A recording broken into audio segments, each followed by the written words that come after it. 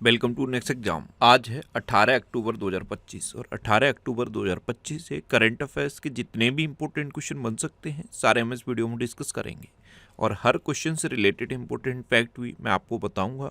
तो आप पूरा वीडियो बहुत ध्यान से देखिए। लास्ट में मैं आपसे क्वेश्चन पूछूंगा, उसका आंसर आपको कमेंट बॉक्स में बताना है। तो चलिए स्टार्ट करते हैं। पहला क्वेश्चन है, अंतर्राष्ट्रीय गरीबी उन्मूलन दिवस कब मनाया गया है? तो अभी 17 अक्टूबर को अंतर्राष्ट्रीय गरीबी उन्मूलन दिवस मनाया गया। तो उस क्वेश्चन का बी ऑप्शन सही है। International day for reduction of poverty, ये हर साल 17 अक्टूबर को मनाया जाता है। अच्छा, अभी 1 अक्टूबर को अंतर्राष्ट्रीय वृद्धजन दिवस और अंतर्राष्ट्रीय कॉफ़ी दिवस मनाया गया। फिर कॉफ़ी का नाम आया, फिर कर्नाटक माइंड में आना चाहिए। कॉफ़ी के उत्पादन में कर्नाटक नंबर 1 पे है, कर्नाटक मक्का के उत्पादन में भी नंबर 1 पे है और कर्नाटक नारियल के उत्पादन में भी नंबर 1 पे है। 2 अक्टूबर को अंतर्राष्ट्रीय अहिंसा दिवस मनाया गया। 4 अक्टूबर को विश्व पशु दिवस मनाया गया। 5 अक्टूबर को विश्व शिक्षक दिवस मनाया गया। 6 अक्टूबर को विश्व पर्यावास दिवस यानी कि वर्ल्ड हैबिटेट डे मनाया गया और 6 अक्टूबर को ही विश्व सेरेब्रल पाल्सी दिवस मनाया गया। 7 अक्टूबर को विश्व कपास दिवस मनाया गया। 8 अक्टूबर को भारतीय वायुसेना दिवस मनाया गया। 9 अक्टूबर को विश्व डाक दिवस और 10 अक्टूबर को राष्ट्रीय डाक दिवस मनाया गया। 10 अक्टूबर को ही विश्व मानसिक स्वास्थ्य दिवस भी मनाया गया। 11 अक्टूबर को अंतर्राष्ट्रीय बालिका दिवस मनाया गया। 13 अक्टूबर को अंतर्राष्ट्रीय आपदा जोखिम न्यूनीकरण दिवस मनाया गया। 14 अक्टूबर को विश्व मानक दिवस मनाया गया। 15 अक्टूबर को अंतर्राष्ट्रीय ग्रामीण महिला दिवस मनाया गया और 16 अक्टूबर को विश्व खाद्य दिवस मनाया गया। अच्छा, 16 अक्टूबर को वर्ल्ड एनेस्थीसिया डे भी मनाया गया और वर्ल्ड स्पाइन डे यानी कि विश्व मेरुदंड दिवस ये भी 16 अक्टूबर को मनाया गया। तो 16 अक्टूबर को 3 इंपॉर्टेंट डे होते हैं, world spine day, world food day और वर्ल्ड एनेस्थीसिया डे। ये तीनों इंपॉर्टेंट डे 16 अक्टूबर को मनाए जाते हैं। तो अक्टूबर में अब तक इतने इंपॉर्टेंट डे मनाए गए हैं, ये आपको याद रखने हैं। और मैं आपको बोलता हूँ, डेली मॉर्निंग में उठकर सबसे पहले अपने लिए एक टारगेट फिक्स करो, चाहे छोटा सा ही टारगेट फिक्स करो, लेकिन डेली मॉर्निंग में उठकर सबसे पहले अपने लिए एक टारगेट फिक्स करो और फिर अपना पूरा दिन उस टारगेट को अचीव करने में लगा दो। आपकी लाइफ ऑटोमेटिकली अच्छी हो जाएगी। नेक्स्ट क्वेश्चन है, किसे हुंडई इंडिया का पहला भारतीय एमडी एंड सीईओ नियुक्त किया गया? तो ये पहली बार है जब हुंडई इंडिया में किसी भारतीय को एमडी एंड सीईओ अपॉइंट किया गया है। तो ये है तरुण गर्ग। ये पहली बार है जब भारतीय व्यक्ति को ही हुंडई इंडिया का एमडी एंड सीईओ बन रहा है। तो इस क्वेश्चन का सी ऑप्शन सही है। अच्छा, आईएमएफ का पहला उप प्रबंध निदेशक डैन कैट्स को नियुक्त किया गया। FICCI ने अनंत गोयंका को 2025-26 कार्यकाल के लिए अपना निर्वाचित अध्यक्ष घोषित किया। RBI का कार्यकारी निदेशक सोनाली सेन गुप्ता को नियुक्त किया गया। ऋषि सुनक, ये यूके के पूर्व प्रधानमंत्री हैं, ये माइक्रोसॉफ्ट और एंथ्रोपिक के एडवाइजर बने हैं। न्यायमूर्ति सौमेन सेन को मेघालय उच्च न्यायालय का 14वां मुख्य न्यायाधीश नियुक्त किया गया। खालिद अल एनानी को यूनेस्को का अगला महानिदेशक नियुक्त किया गया और कल्याण कुमार को सेंट्रल बैंक ऑफ इंडिया का एमडी एंड सीईओ नियुक्त किया गया है। नेक्स्ट क्वेश्चन है, भारत के पावर लिफ्टर जॉबी मैथ्यू ने 2025 पैरा पावर लिफ्टिंग विश्व चैंपियनशिप में कौन सा पदक जीता? तो ये हैं भारत के पावर लिफ्टर जॉबी मैथ्यू। इन्होंने 2025 की para power lifting world championship में कांस्य पदक जीता है। तो इस क्वेश्चन का बी ऑप्शन सही है। और ये जो 2025 की para power lifting world championship है, ये कहाँ पे हुई है? ये मिस्र के काहिरा में हुई। कहाँ पे हुई? मिस्र के काहिरा में। नेक्स्ट क्वेश्चन है, भारत और किस देश ने पहला नौसैनिक अभ्यास INROKN किया है? तो IN से इंडिया, RO यानी कि रिपब्लिक ऑफ KN यानी कि कोरिया। तो भारत और साउथ कोरिया के बीच ये पहला नौसैनिक अभ्यास हुआ है। और पता है कहाँ पे हुआ है? ये विशाखापट्टनम में हुआ। कहाँ पे? आंध्र प्रदेश के विशाखापट्टनम में। तो इस क्वेश्चन का सी ऑप्शन सही है। अब साउथ कोरिया, तो ये है मैप में साउथ कोरिया। ये जो ग्रीन कलर में दिख रहा है ये साउथ कोरिया है और जो रेड कलर में है ये नॉर्थ कोरिया है। तो साउथ कोरिया कैपिटल है सियोल, साउथ कोरिया करेंसी है साउथ कोरियन वॉन, और साउथ कोरिया के प्रेसिडेंट हैं ली जे म्यूंग। कौन है? ली जे म्यूंग। अच्छा, यहाँ से ये सबसे इंपॉर्टेंट क्वेश्चन बनता है, नॉर्थ कोरिया और साउथ कोरिया को डिवाइड करने वाली लाइन को क्या कहते हैं? तो नॉर्थ कोरिया और साउथ कोरिया को डिवाइड करने वाली लाइन को 38th पैरेलल कहते हैं। अच्छा, अभी पाकिस्तान और अफगानिस्तान के बीच विवाद चल रहा है। यहाँ से एक क्वेश्चन पूछता हूँ आपसे, आज का पहला क्वेश्चन, पाकिस्तान और अफगानिस्तान को डिवाइड करने वाली लाइन को क्या कहते हैं? कमेंट बॉक्स में बताओ। पाकिस्तान और अफगानिस्तान को डिवाइड करने वाली लाइन को क्या कहते हैं? जैसे इंडिया और चाइना को डिवाइड करने वाली लाइन को क्या कहते हैं? McMahon line. ऐसे ही इंडिया और पाकिस्तान को डिवाइड करने वाली लाइन को क्या कहते हैं? Red Cliff line. अब आपको बताना है कि पाकिस्तान और अफगानिस्तान को डिवाइड करने वाली लाइन को क्या कहते हैं। अच्छा, अभी गौरांग लाल दास को दक्षिण कोरिया में भारत का नया राजदूत नियुक्त किया गया।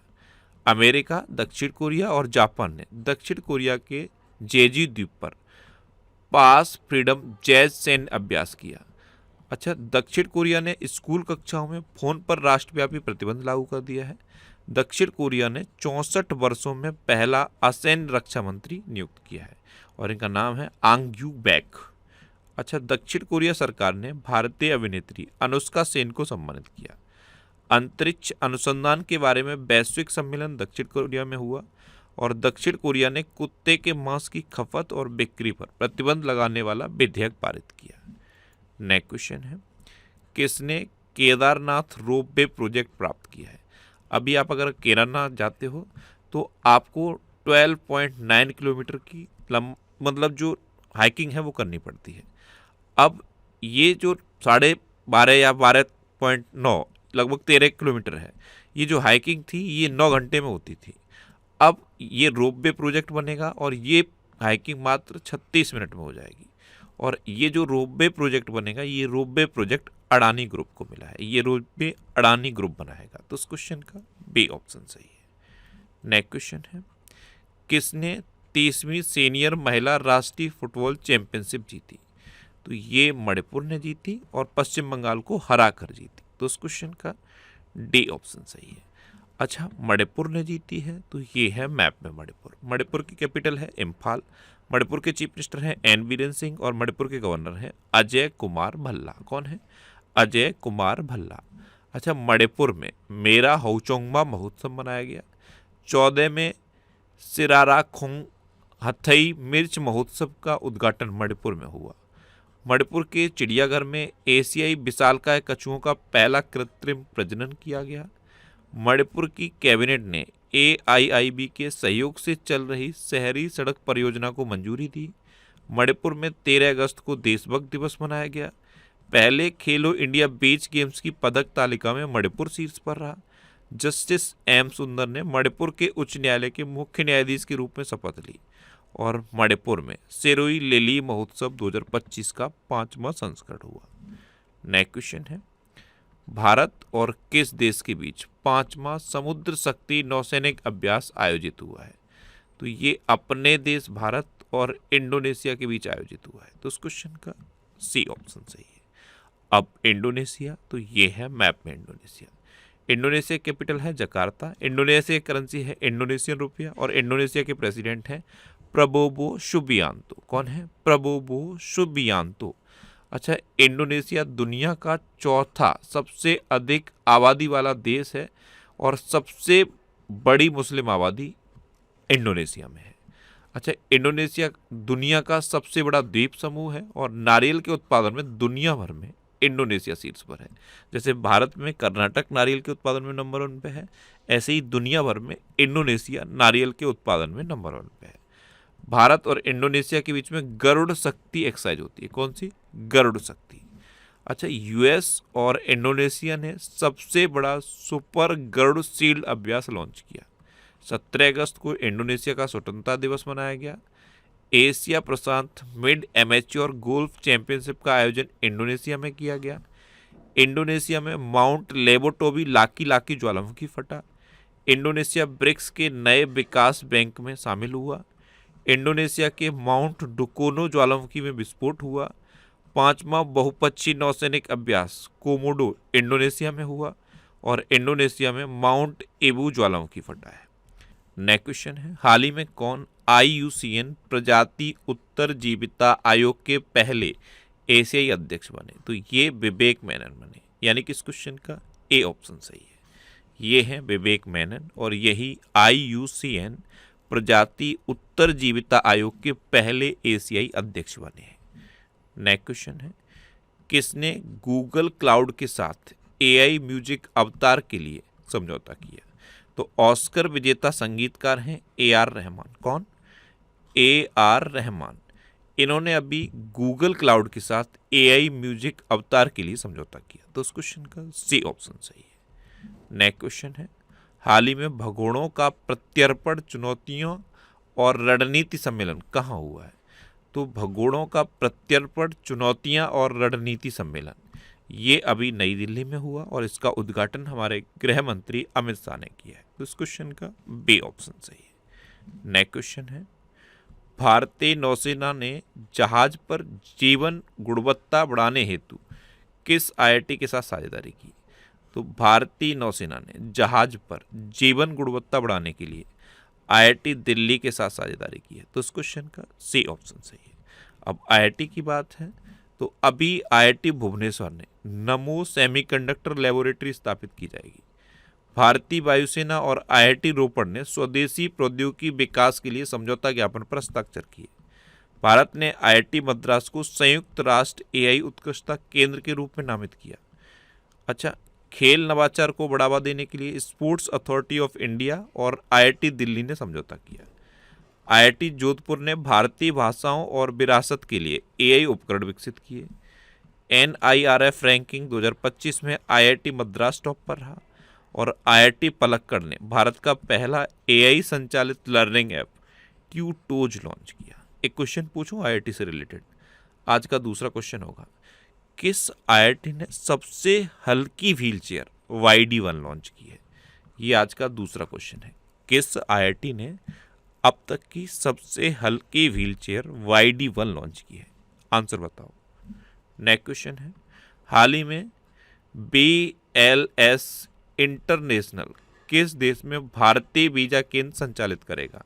तो BLS इंटरनेशनल ये चीन में भारतीय वीजा केंद्र संचालित करेगा। तो इस क्वेश्चन का बी ऑप्शन सही है। अभी कुछ दिन पहले मैंने आपको क्वेश्चन बताया था कि भारत ने चीनी नागरिकों को वीजा देना शुरू कर दिया है।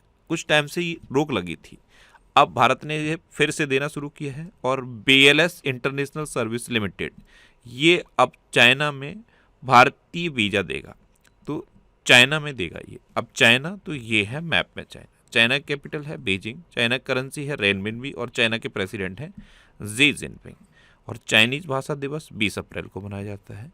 दुनिया में स्टील का सबसे बड़ा उत्पादक चाइना है और तंबाकू का भी सबसे बड़ा उत्पादक चाइना है, इसलिए यहाँ पे मैंने लिख दिया है विश्व तंबाकू निषेध दिवस। ये 31 मई को मनाया जाता है। आपके माइंड में तंबाकू आएगा तो चाइना आना चाहिए, यानी कि चाइना तंबाकू के उत्पादन में नंबर 1 पे है। और तंबाकू से सबसे ज़्यादा क्वेश्चन कौन सा पूछा जाता है कि विश्व तंबाकू निषेध दिवस कब मनाया जाता है? तो ये मैंने यहाँ लिख दिया है 31 मई को मनाया जाता है। अच्छा, चीन ने गोबी रेगिस्तान में दुनिया का पहला सौर तापीय ऊर्जा संयंत्र शुरू किया। चीन ने तियानलोंग 3 रीयूजेबल रॉकेट का सफल परीक्षण किया। चीन के अभिनेता, गायक और निर्देशक एलन यू मैंगलोंग का 37 वर्ष की आयु में निधन हुआ। ISSF विश्व कप 2025 पदक तालिका में चीन टॉप पर रहा। चेंगडू में संपन्न विश्व खेल 2025 की पदक तालिका में चीन टॉप पर रहा। चीन में रोबोट्स का ओलंपिक हुआ और चीन ने 11 गैलीलियो उपग्रहों को सफलतापूर्वक लॉन्च किया। नेक्स्ट क्वेश्चन है, हाल ही में 5वें खेलो इंडिया यूनिवर्सिटी गेम्स कहाँ आयोजित किए जाएंगे? तो 5वें खेलो इंडिया यूनिवर्सिटी गेम्स ये राजस्थान के 7 शहरों में आयोजित किए जाएंगे। तो इस क्वेश्चन का डी ऑप्शन सही है।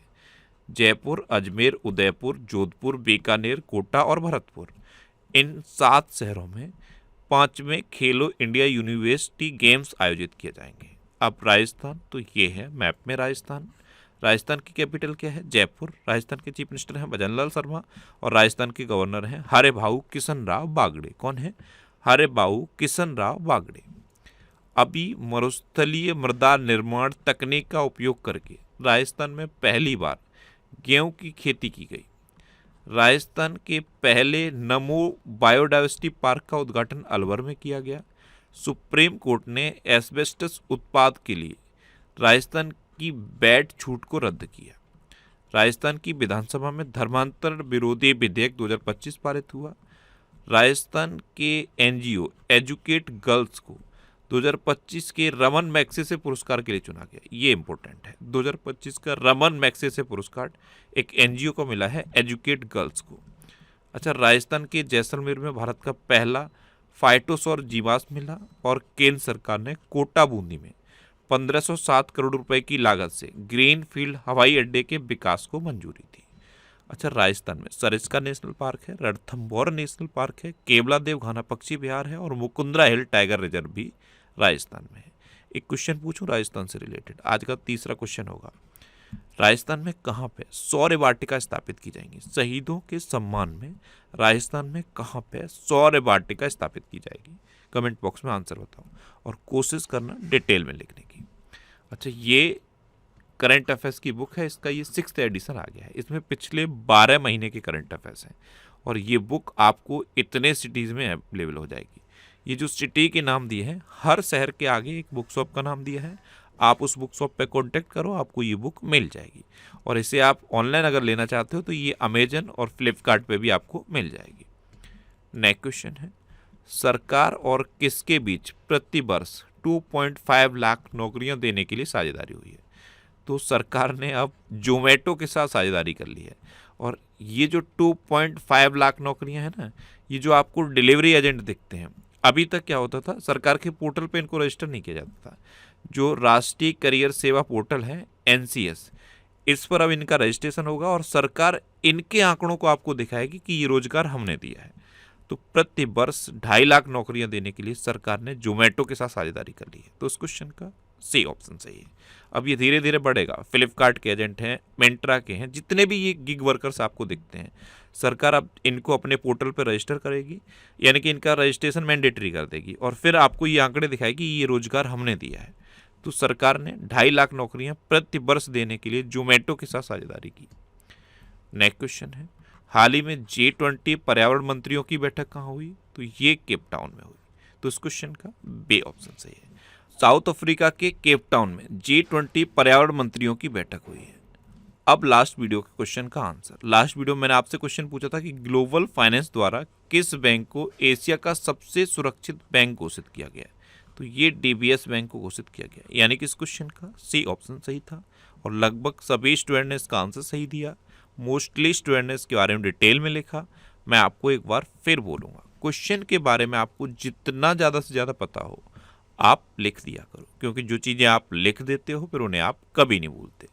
कल मैंने एक ये क्वेश्चन पूछा था कि किस IIT ने बैम्बू को ऑटोमोबाइल के लिए इनेबल कर दिया है, यानी कि ऐसा मटेरियल के रूप में डेवलप कर दिया है जिससे ऑटोमोबाइल में इसका यूज हो।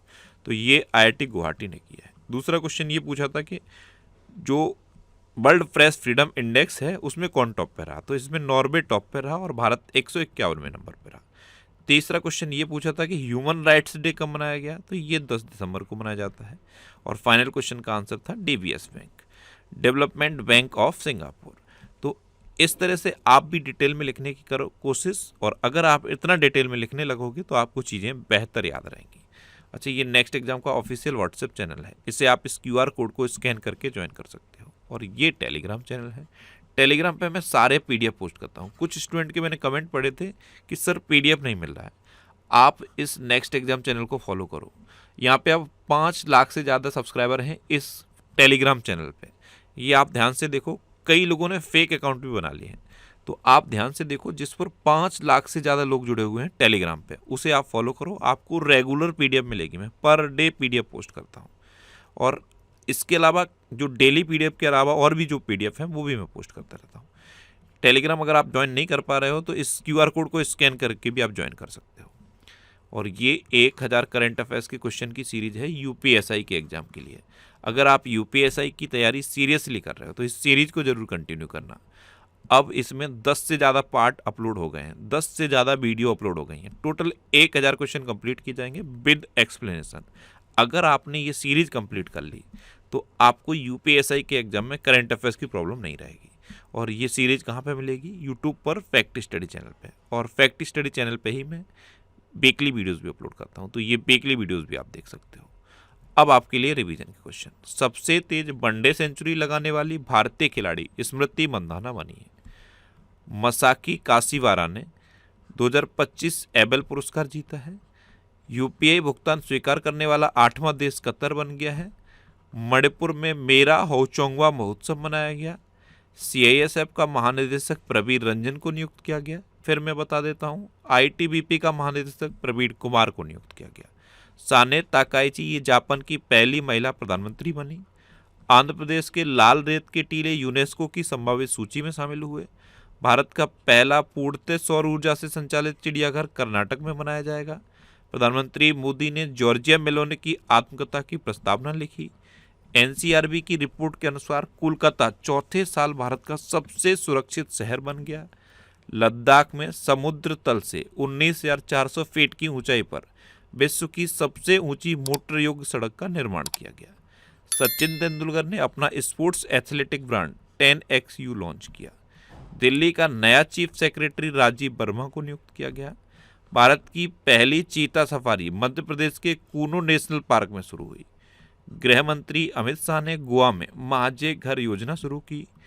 इजरायल में रोज हसनाह उत्सव मनाया गया। बिग बैश लीग में शामिल होने वाले पहले भारतीय रविचंद्रन अश्विन बने। शिरीष चंद्र मुर्मू ने भारतीय रिजर्व बैंक के डिप्टी गवर्नर का पदभार संभाला।